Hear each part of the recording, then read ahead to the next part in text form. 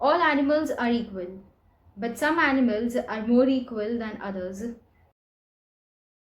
The book that I'm going to talk about today is a story about an animal farm where the animals overthrow and rule out their owners so that they could live all by themselves independently. Now, history has taught us how power corrupts, right? So exactly in the same way, amongst these animals, there is this group of heartless elites who starts taking control over other animals. So in this book by George Orwell, Animal Farm, this book is basically directed as a satire of how idealism is deceived by power and corruption.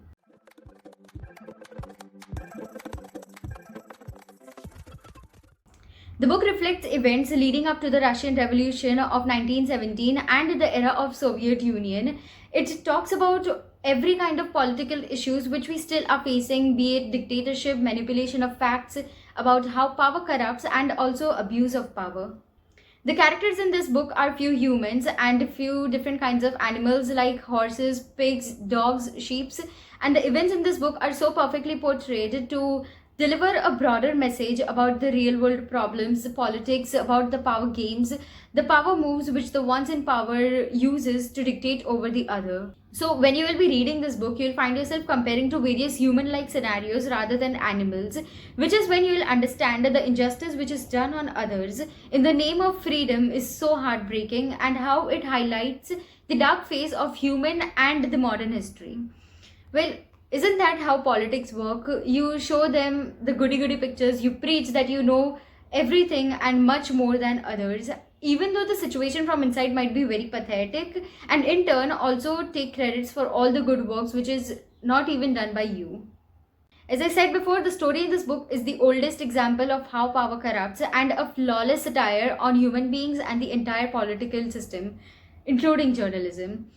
What is really very horrifying is that a book which was written back in 1945 is still relevant in today's time period.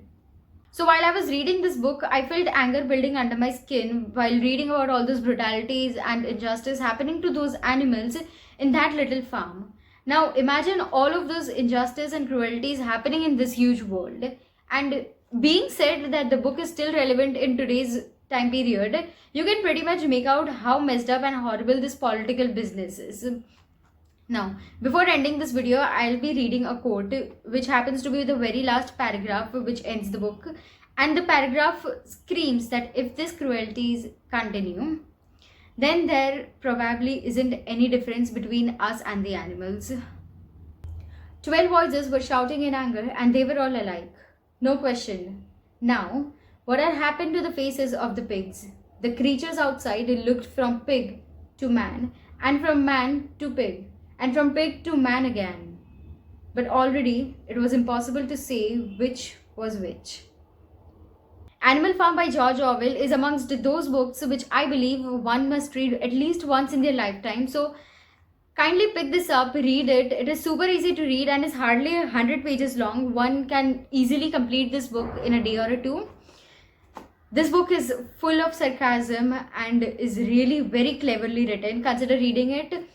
You can buy the book. There is a link in the description which will take you to Amazon. You could check it out. That's it for today. I'll be back with more bookish videos soon. Until then, keep reading.